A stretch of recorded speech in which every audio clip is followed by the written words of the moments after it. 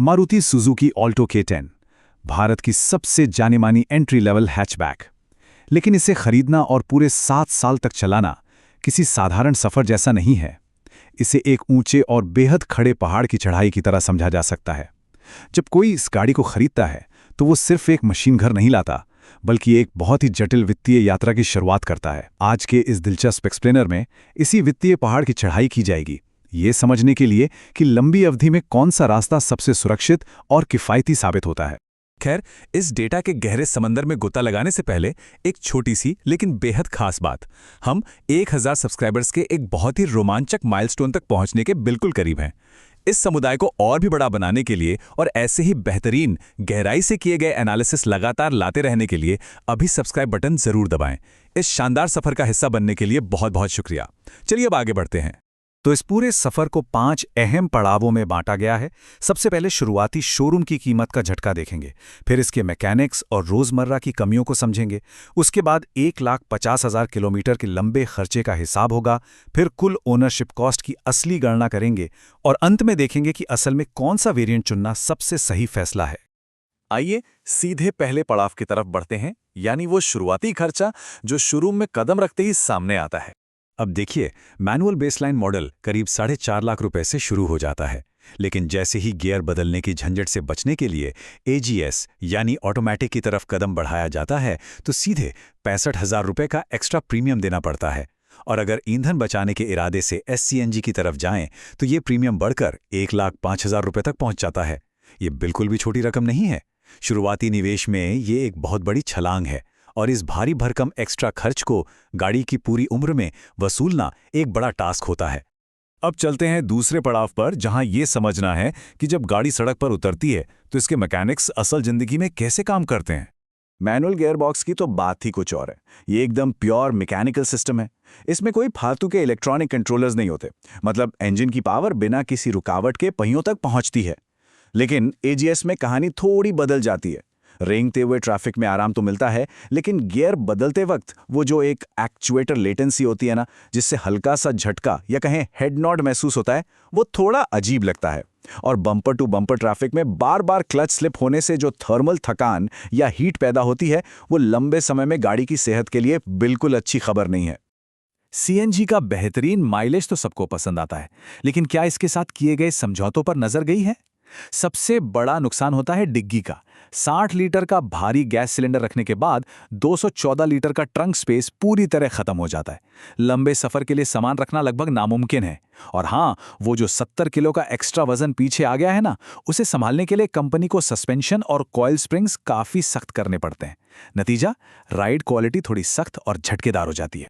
आप पहुंचते हैं तीसरे और सबसे थका देने वाले पड़ाव पर। यह है 1,50,000 किलोमीटर का लंबा सफर, जहां गाड़ी पुरानी होने लगती है और खर्चे बढ़ने लगते हैं। गाड़ी चलाने का तरीका और ट्रैफिक काफी हद तक ये तय करता है कि जेब कितनी ढीली होगी। एक अच्छे से चलाया गया मैनुअल क्लच आराम से 80,000 से 1 लाख किलोमीटर तक साथ निभा देता है, लेकिन AGS में वहां तो कंप्यूटर बार बार क्लच को स्लिप करवाता है, जिससे घिसाव बहुत तेजी से होता है।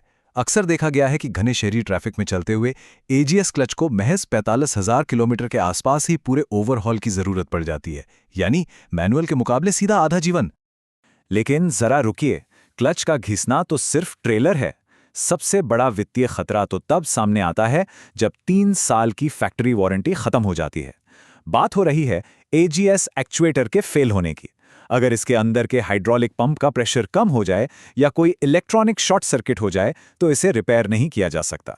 जी हां, इसका कोई एक पुर्जा अलग से नहीं बदला जाता, बल्कि पूरी की पूरी असेंबली ही बदलनी पड़ती है। और इसका खर्च जानकर सच में हैरानी होगी। पूरे AGS एक्चुएटर असेंबली को बदलने की लागत है पूरे 85,000 रुपए।